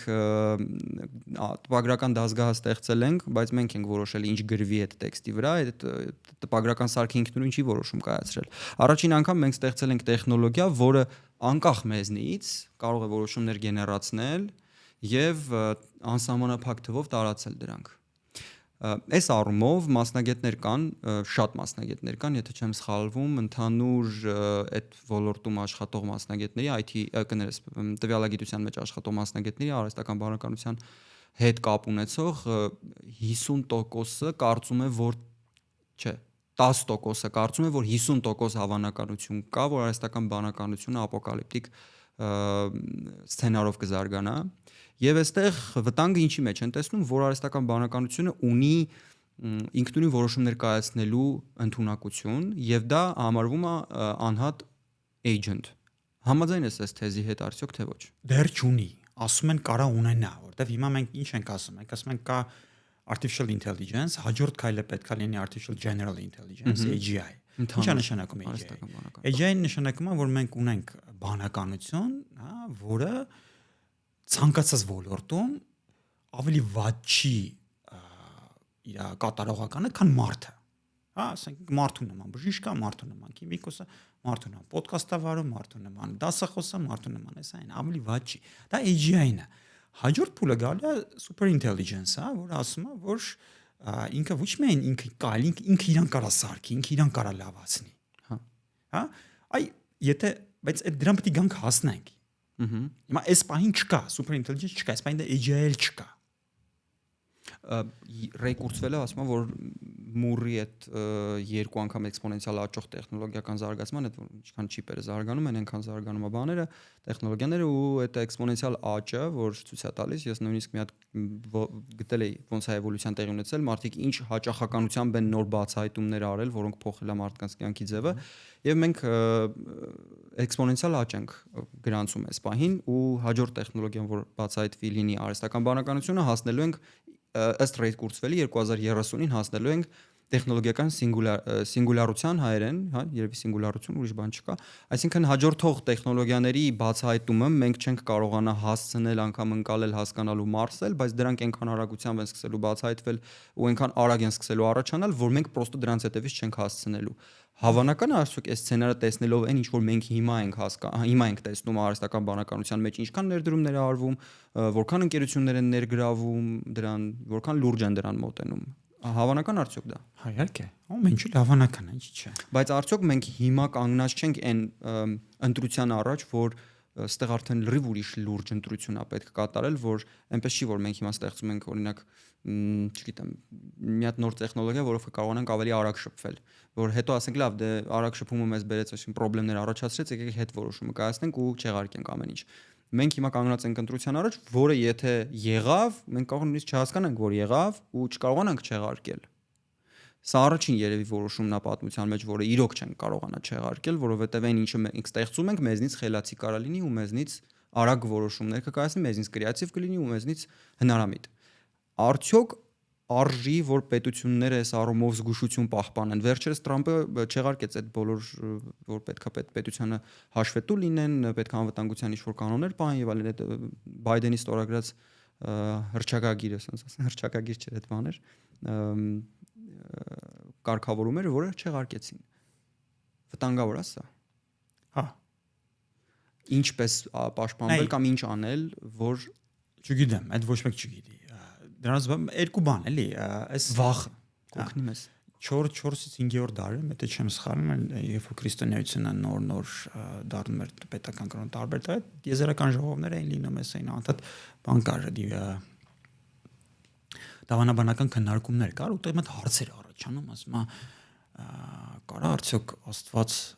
կոդժու բան, urban legend է, էլի կարա արդյոք Աստված սարքի մի հատ քար, որ ինքը չի կարա տեղաշարժի։ Հա, չէ՞ որ Աստված ամեն ինչ կարող։ Ամեն ինչ, ում ինչ կա Աստված։ Հիմա կարանք արդյոք մենք ստեղծենք մի հատ բան, որը մենք չենք կարող իրան կոնտրոլ անենք։ Չգիտեմ։ Բայց արի մի հատ ուրիշ օրինակ բերեմ ու անցնեմ սրան, էլի։ Այն միջուկային էներգիան ինքը շատ լավ օրինակ է։ Հա, տես միջուկային զենքը ինքը ստեղծվել է որպես հետազոտություններն արվել է զենք ստեղծելու տեսակետից, որը մահաբեր բան է։ Այսինքն արհեստական բանականությունը ավելի վտանգավոր չի իմ կարծիքով, քան միջուկային զենքը, որ կա, ասենք, Տրամպի ու Պուտինի նման շատ հավասարակշռված մարդկանց ձեռքում, հա, ասենց ասեմ։ Չգիտեմ, դու ես անում, ես չեմ անում։ Ավելի վտանգավոր, միգուցե ավելի վտանգավոր չի, միգուցե ավելի վտանգավոր, բայց ապագան ցույց կտա հավասարակշռված։ Բայց ուրիշ բան կար, հա, որ մենք միջուկային զենքը այնքան մարդկանց մոտ սկսեց վախ առաջացնել բան անել, որ Սառը պատերազմի շրջանում այո, որ հասարակությունը ոչ միայն գնաց նրան, որ միջուկային զենքը ասենց բոլոր ձևով տարան թաղեցին, դրան չեն անդրադառնում, այլ նաև գնաց շատ լուրջ հակակրանք միջուկային էներգիայի նկատմամբ։ Այնիշ միջուկային էներգիան գուցե մարկությանը փրկելու դա ամենաանվտանգ, ամենաէկոլոգիապես մաքուր էներգիայի տեսակն է։ Արտադրողականությունը շատ բարձր։ Այո, ինքը ամենաամենան է։ Բայց բանը այդ հասարակության այդ կանաչների շարժում, Գրետա Թունբերգներ եւ այլն, ու միջև Գրետա Թունբերգները բերեցին նրան, որ եվրոպական երկրներն, արևմտյան երկրները սկսեցին իրենց միջուկային ռեակտորները փակել։ Հիմա այն հասկանում, որ ասենք իշխություն են արել էլի այդ ընկան տնտեսական կախվածության մեջ Ռուսաստանից, ընկան տնտեսական կախվածության մեջ այդ էներգիայի այլ աղբյուրներից, որոնք էկոլոգիապես ավելի մաքուր չեն եւ այլն։ Այսինքն իրանք փորձեցին կանգնացնել տնտեսական, ոչ տեսանք տեխնոլոգիական աճի ինչ որ որոշակի ոլորտներում փակելով, որը բերեց ինչ որ հետևանքների, որ հա մարկությունը չվերացավ, իրար sense չենք խփում բոլոր կողմերով իրար չենք վերացնում, բայց միևնույն ժամանակ այդ հետևանքներն են ունեցավ։ Չէ, հիմա նույնիսկ մենք կարանք արհեստական բանականության հետ անենք, եկեք փակենք իրան, չթողնենք, որ ինքը ոչ մի ուղղությամբ զարգանա, բայց իմանանք, որ դա իր հետևանքներն էլ ունենալու։ Դա մեկ, երկրորդը Չգիտեմ, կարողացամ միտքս ես ուզում եմ առարկել մինչև կանցնենք հաջորդ բանին թեմային։ Ուրեմն նայ, երբ որ տեղի ունեցավ տպագրության գյուտը, գիտության զարգացումը այդ առումով նա ինքը լավ բաներ բերեց բնականաբար։ Ես համաձայն եմ, որ բնականաբար ցանկացած տեխնոլոգիական հայտնագործություն լավ բաների բերում է, բայց նաև արի նայենք վատին։ Օրինակ 17-րդ դարում վհուկների որսը անհնար էր, որ լիներ, եթե չտպագրվեր համապատասխան գիրքը եւ չլիներ տպագրական սարքը։ Տպագրական սարքի գյուտը լավ բաներ բերեց մեզ։ Մենք ծանոթացանք աշխարհի շատ տարբեր մշակույթների կամ իմացանք լուրերը ամենօրվա ռեժիմով, բայց նաեւ հնարավորություն ստեղծվեց մի հատ աննորմալի համար տպագրել գիրք, որը նպաստեց վհուկների որսին։ Երկրորդը, որտեղից է թեզը ինչ։ Որտեղից է այս թեզը։ Ասեմ, ուրեմն բնականաբար դա միանշանակ չի, որ դա դրա կապը հենց դրա համար է եղել վհուկների որսը, բայց գրքում Nexus-ում Հարարին 3 կարևոր հեղափոխությունների հետ կապված մեջբերում անում, որ առաջին ասում է, եթե չլիներ տպագրական սարքը, չէր տպվի գիրք եւ չէր տարածվի վհուկների որսի մասին, գուցե ուրիշ ձևով տարածվել, բայց ամեն դեպս գիրքը տպվել է ու տարածվել է միլիոնավոր օրինակներով վաճառվել է եւ ստեղծել է, հա, բարենպաստ հող, որ դա իրականանա։ Երկրորդը իմպերիալիզմը եւ ֆաշիզմը իրենք իրենցով հնարավորություն չէին ունենա այդքան լայնածավալ ու այդքան երկարատև գոյություն ունենալ, որքան իրենց թույլ տվեց հենց արդյունաբերական հեղափոխությունը եւ արդյունաբերական ռեսուրսները, որ մենք ունենք, որովհետեւ տանկեր եւ այլն, այդ ամեն ինչը մեզ թույլ տվեց, որ մենք կարող ենք հետո հեռախոսի հայտնագործում, օրինակ հեռախոս եթե չկար, օրինակ Ստալինի ժամանակ ոնց է Ստալինը կարողանում ղեկավարել երկրի մյուս ծայրում գտնվող մարդկանց, օրինակ Հռոմում կար դեմոկրատիա, հա, ինքը ինչ է ասում, ասում Հռոմում կար դեմոկրատիա, բայց Հռոմում ինչ էր ղեկավարը երկրի կայսրը միայն իր մոտակա շրջապատի մասին կա գիտեր ինֆո, իսկ ծայրամասերում ինչ էր կատարվում ինքը դրանից տեղյակ չէր, այնտեղ բնականաբար այնտեղ ազդեցություն ինքը չուներել, շատ հազվադեպ էր այնտեղին անդառնում, իսկ հիմա ասում եմ մեր տեխնոլոգիաները հասել են նրան, որ արհեստական բանականությունը մեզ կարա լինի հաջորդ հեղափոխական տեխնոլոգիան, որի շնորհիվ մարդիկ կկարողանան օրինակ սոցիալական այդ վարկանիշային բանը ստեղծել, որը կկարողանա բոլորին կառավարել, բոլորին անխտիր աշխարհի ցանկացած ծայրում։ Այս առումով այդ վտանգը եւ նախ քո կարծիքը այդ տեխնոլոգիական հեղափոխությունների ու կապի միջև այդ իմպերիալիզմի ու ֆաշիզմի տարածման որ ինչպիսին է։ Ինչ ես կարծում ԱԲ-ն կարա մեզ բերի նրան, որ ոչ հասարակության ոչ բոլոր անդամներն են, որ ունեն ճիշտ պատկերացումներ իրականության մասին։ Կարան գան, ասենք Հիտլերի նման մարդիկ եւ կան իրանք, կարծում եմ, համենայն դեպս այդպիսի մտքեր ունեցող մարդիկ, որոնք ինչ որ ձևով կարող են ստանալ հնարավորություն վերջապես ինչ որ մի հատ ճիշտ ձևը ցույց տալ ապրելու բոլորիս իրենց պատկերացրած ճակերտավոր ճիշտ ձևը։ 90-ականներին այդ երբ որ չաթեր մատեր չկային, առաջին չաթը որ հայտնվել էր Usenet-ն էր։ Տենց մարդիկ մեր հիշում են, Usenet-ում մի հատ շատ կարևոր բանավեճի օրենք կար, էլի ասում էր ցանկացած բանավեճում ով առաջինը դիմացին համատած Հիտլերի հետ, ինքը պարտված է համարում բանավեճը։ Որ Հիտլերի անունը չեն տալիս, որտեվ ինքը ասես բացառիկ չարիք է, էլի, որ մարդը այդ։ Բայց ասեմ քեզ, 10 ժամանակը կարող է սխալեմ, բայց 17-րդ դարում երբ որ կաթոլիկները 70-ամյա թե 80-ամյա պատերազմներ դա կոչվում, կաթոլիկներն ու բողոքականներն իրար հետ կռիվ էին, չկար արդյունաբերական հեղափոխություն, չկար հեռախոս, չկար ոչ մի բան, Եվրոպայի բնակչության 40%-ը կոտորվել է։ 40%։ Բայց համեմատականով հիմիկվա Եվրոպայի բնակչությունը եւ այն ժամանակվա տարբեր էին։ Համեմատած առաջին երկրորդ համաշխարհային պատերազմը համեմատած նրա հետ ինչ ա եղել այն ժամանակ, այս ընդամենը թաղի կռիվ է։ Թաղի կռիվ։ Անեսօր բերել է արդյունաբերական, բերել է, միայն ժամանակ բերել է արդյոք նրան, որ բանի վիրավորներին կարացել են շատ ավելի արագ մեքենայով ֆրոնտից հասցնեն հոսպիտալ, ոնց է բերել է, չեմ կարծում։ Այո, ասում են տեխնոլոգիաների զարգացման հետ մեկտեղ նաև պատերազմներն ավելի մահաբեր են դառնում, օրինակ ասենք Ամերիկայի քաղաքացիական պատերազմը, ոչ ամենամահաբեր պատերազմներից մեկն էր, որտեղ machine gun-ն են հայտնաբերել, պուլեմյոտն առաջին անգամ օգտագործել, տեխնոլոգիական մեծ բաներ, breakthrough բաներ։ Կարաբերի, բերելու է թե չէ, չգիտեմ, բայց արի սցենարների մասին բանան, խոսենք էլի, հա։ Սցենարներից մեկն է նա, որ շամն իշլավա տոշնիա բանաստեղծվում, հարստական բանականությունը կա, մարդը իրան բանանում կարողանում է կառավարել, ու օգտագործում են բացառապես մարդկային, ասենք, մարդու լավագույն շահից ելնելով։ Հա, բարի շահերից ելնելով։ Հիմա այստեղ շատ մեծ բան կա, հարց կա։ Դու ես ասում, չէ՞, մարդու շահը ո՞րն է, ի՞նչ է նշանակում։ Ասենք բարոյական սահմանը դուր չի գալիս։ Աբան։ Բայց բարոյական սահմանությունն ով է գծում։ Ամեն մարդ իր համար ինքն է գծում։ Ահա։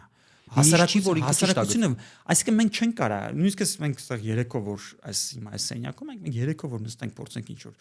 ընդհանուր եզրերի դուրս գանք թե ինչն է ճիշտ, ինչն է սխալ, ինչն է, չկարողանանք հասարակության մեջ գալ կանգնել նրան թե ինչն է լավ, ինչն է վատ, вообще բան է։ Օրինակ, ես մեկ բարձ օրինակ բերեմ։ Այս վերջերս ես բանում էի Դրեզդենում էի ու չգիտեմ գիտես թե չէ 45 թվականի փետրվարի կեսերին Դրեզդենը ենթարկվել է բաների կողմից անգլիական օթուժի կողմից ենթարկվել է բանի շատ ծանր ռմբակոծության։ Այն պարագայում երբ որ Դրեզդենում ոչ մի ռազմական նշանակության օբյեկտ չի եղել։ Այսինքն անգլիացիները նպատակադրված դրել են գերմանացիներին կոտորել են գենոցիդ են արել։ Դա կոչվում է գենոցիդ։ Մենք չենք ասում դրան գենոցիդ, որովհետև նրանք հաղթել են, նրանք պարտվել են, հիմա դրան բանական է, չէ՞, ոչ մի հաղթողների ման չեն։ Բայց եղել է ռմբակոծություն, քաղաքացիական բնակչության նպատակադրված կոտորած։ Այն ժամանակ, երբ որ 45 թվականի փետրվարին արդեն բոլորի համար պարզ էր, որ Գերմանիան պարտվել է պատերազմը։ Կարիք չկա մարդկանց կոտորելու։ Նույնիսկ մինչև 1944-45 թվականը, երբ որ անգլիական օթուժը որոշումներ էր ընդունում թե ինքը իր այդ ռազմավարական ռմբակոծությունները ոնց պետք է արվեր, իր նպատակը չի եղել ռազմական օբյեկտներին հարվածել ֆաշիստական Գերմանիայի, իր նպատակն եղել է քաղաքացիական օբյեկտներին ռմբակոծել, այնքան ռմբակոծել քաղաքները, այնքան մարդկանց կյանքը սարքել դժոխք, որ իրանք բանանեն, ապստամբեն Հիտլերի դեմ, ասեն ախպերել չենք ուզում կռվենք, չես տենում, մեզ բան են անում, վերացնում են։ Արդյոք դա ռազմական հանցանք է։ Իմ կարծիքով միգուցե հա, դա բանն է։ Ուղղակի մարդիկ հաղթել են, այս մարդիկ պարտվել են։ Հիմա տենց է ստացվել։ Հիմա բայց եթե նայես անգլիացիների տեսակետից, հա, նայես այսօր պատկերացումների տեսակետից, շատ լավ են արել անգլիացիները, պետք է ռմբակոծեն։ Այն մարդիկ, ովքեր Դրեզդենը հողին են հավասարացել այդ գեղեցկագույն քաղաքը, այդ մարդկանց արձանները հիմա Լոնդոնում դրած է։ Բա բարոյական ա եղել այդ որոշումը, չէ՞։ Իմ ու քո տեսակետից միգուցե նաև չէ, բայց հասարակության մեծամասնության տեսակետից, հա, բարոյական է։ Հա։ Հիմա ինչ որ եթե հանգրծակի վաղը, ասենք մենք հայտարարվի, որ Իրանը, Պարսկաստանն օրինակ, բացառիկ չարիք է, ու արհեստական բանականության ասենք դա արհեստական բանականություն ջան,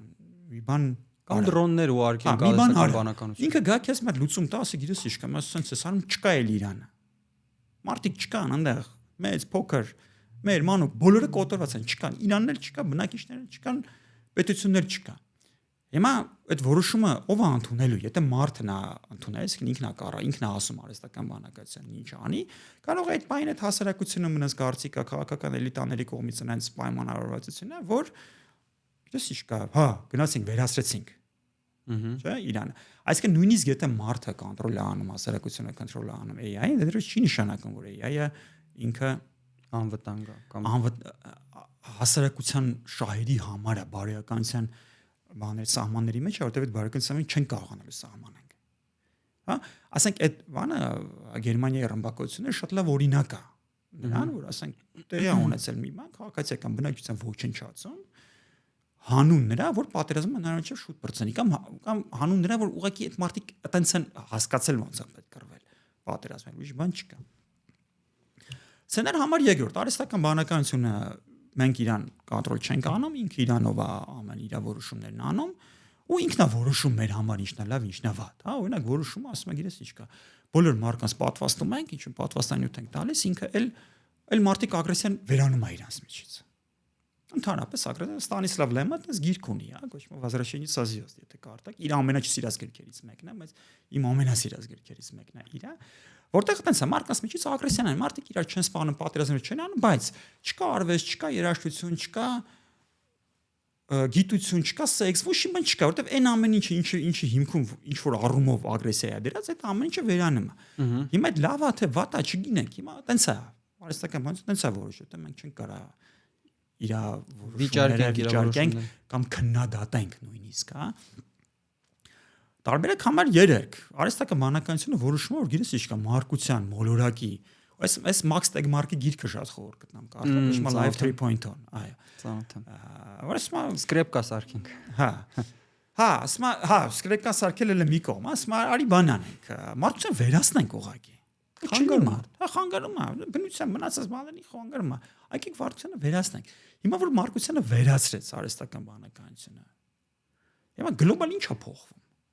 Աշխարհի մասշտաբով մեր համար տիեզերքի աշխարհը ոչ իման ժամանակի տիեզերքի ոչ իման չի շարունակվում է։ Ուզեմ ասեմ սցենարները կա, բայց չի շատ բան անել էլի։ Դա հենց դրա համար, բայց մեզ զգուշություն է պետք պահել։ Ես կարծում եմ, որ ալարմիզմը իզուր չի, այս թեմայի շուրջ մեր առաջին տեխնոլոգիան է, որ ինքնուրույն որոշումներ կարա կայացնի ու մենք մեր համար կարա հարցական լինի, ինչի ինքը դա տենց արեց։ Եթե մենք օրինակ, հա, գիտենք, որ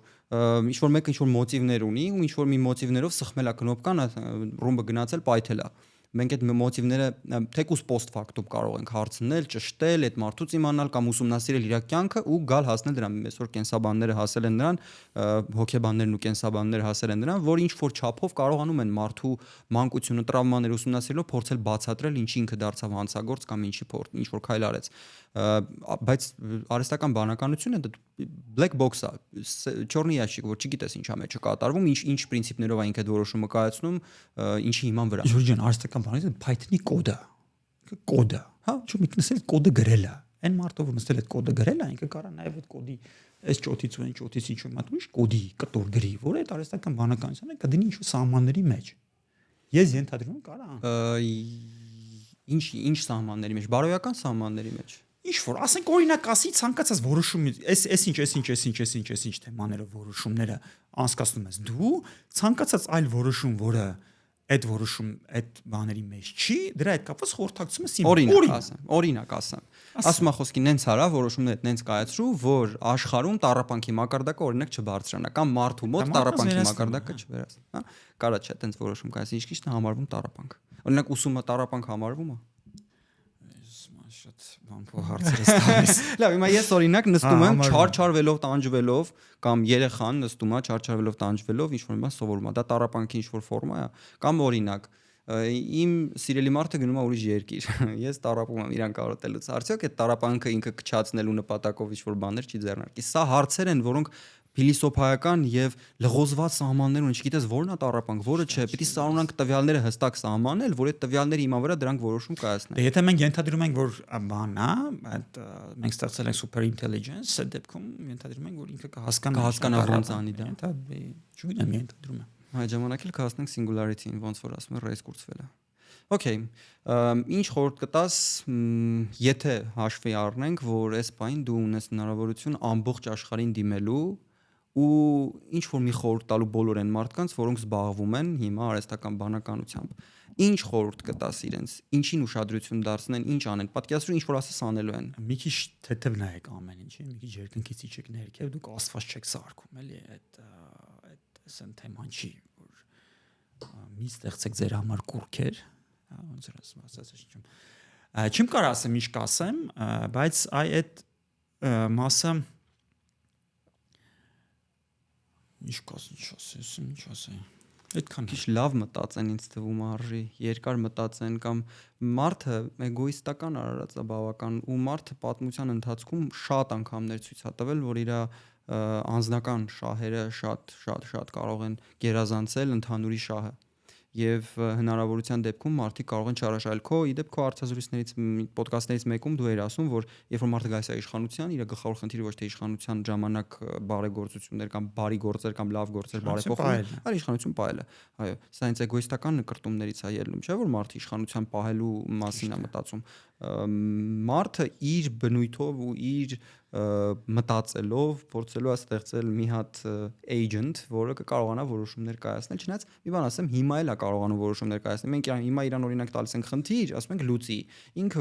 է որոշում ոնց լուծի, խափելով, չգիտեմ, ստեղից research անելով, ստեղից բան անելով են քանել ինքը չի որոշում, դրա տակը մոդել կա դրա չէ, որ մոդելը մարդն է ստեղծել, մարդն է որոշել այդ արհեստական բանականությունը ինքը ինչի վրա է սովորելու։ Բայց Աբետ ջան, մենք էլ ես ու դու հով մենք երկնքից չենք վերցրել մեր գիտելիքները։ Մենք սովորել ենք դպրոցում, համալսարանում, միջավայրում ու մեր մեջ եղած ցանկացած ինֆորմացիայի բիթ կամ ինֆորմացիայի միավոր բոլորը եկել է մեր միջավայրից, ո երկնքից չի իջել։ Այսինքն նենց էլ չի որ ես ու դու մեր որոշումները կայացնում ենք իդեալական ճիշտ միշտ։ Մենք էլ մեր որոշումներում սխալվում ենք, բայց մենք մեր որոշումներում սխալվում ենք լոկալ, մենք մեր շուրջն ենք վնաս տալիս մաքսիմում կամ մեզ։ Եթե մենք ունենք հնարավորություն ազդելու ամբողջ աշխարհի վրա, մեր պատասխանատվությունն ավելի բարձր է, մենք ավելի զգուշավոր պիտի լինենք մեր որոշումները, քանի որ օրինակ մեզնից կախված է 5 հոգի, մի ամբողջ ժողովուրդ կամ ամբողջ աշխարհը։ Նայ, այն մարդը որ հետազոտություններ է անում, զբաղմագիտությամբ, ինքը դրա մասին չի մտածում։ Երբ որ գիտական հայտնագործություն է անում, իր միակ գրանտ ստանալ։ Չէ, իր միակ նպատակը է, նա որ դրա մասին շատ մարդ իմանան։ Գրեն։ Որ չգրեն, դրա մասին իմանան։ Որտեվ գիտական հետազոտության նպատակը դա է։ Մենք ոչ մեկը չենք նստում ինչ որ բան հետազոտում, որ ուրախանանք մենք մեր մեջ ուրախանանք ասենք որ էս իշխ կորքին խելոք մարդը ես ինչ գլխիկ։ Հետևաբար այն մարդը որ զբաղվում է AI research-ով ինքը ամեն ինչ անելի է որ դա ստանա, հա։ Ու հետո այդ ստանալուց հետո թե այդ ստացվածը մարկության գլխին չարիք կլինի թե չէ ու ինքը դրանից հետո կփորձի sense ասես կրուտիկները լներ ոնց որ Օպենհայմերները անում այդ հայտնի կինոյում, հա, ասենք բան թե ոայ ես ուրիշ բան եմ ուզում, բայց ուրիշ բան ասած, բայց գիտնականի նպատակը գիտություն գործ անելն է։ Հիմա թե դրա գլխին կլինեն մարդիկ, sense ասեմ քեզ մեր բոլոր շահերից է ելնում որ սուպերինտենդենտ չստեղծվի պրոստը, միգուցե։ Դու շատ ճիշտ ասացիր, մարդիկ չլինի, հա։ Բայց եթե նույնիսկ եղավ իրան այդ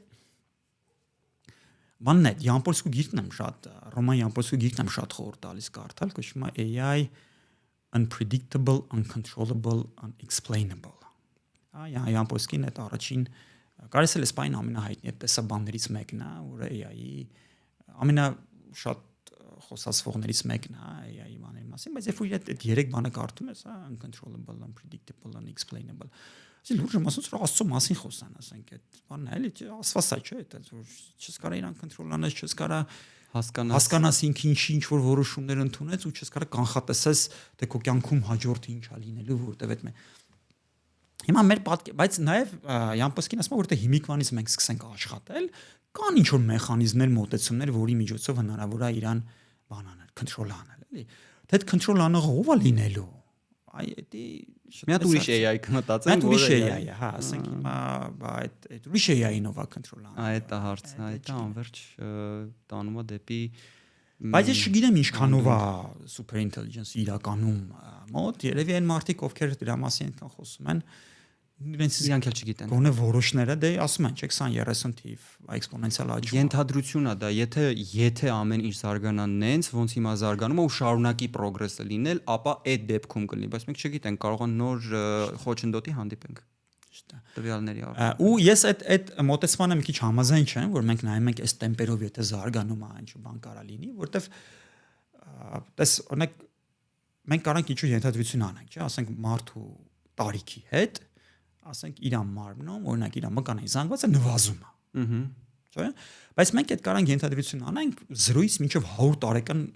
մարդկանց շրջանակի համար։ Մենք չգինենք, ասենք 150-ից 250 տարեկան ժամանակ ինչ ալին, կողը հետա գալիս այդ մկանային զանգվածը, չէ՞, կողը չի նվազում գալիս, կանգնում է պլատոյի նվազելու տեղ չկա, մնում է։ Չէ՞, նույն ձևի եթե մենք ասենք ասում ենք, որ օրինակ ինչ որ մի մասնիկ իրան ոնց է պահում Երբ որ լույսի արագության տակ է, երբ որ լույսի արագությունից 2 անգամ շատ է, 3 անգամ շատ է, 4 այդ էմպիրիկ փորձերի արդյունքում մենք գիտենք հիմնականում մենակ բանաձևային այտենց չեն կարա սահմանենք, ասենք, այ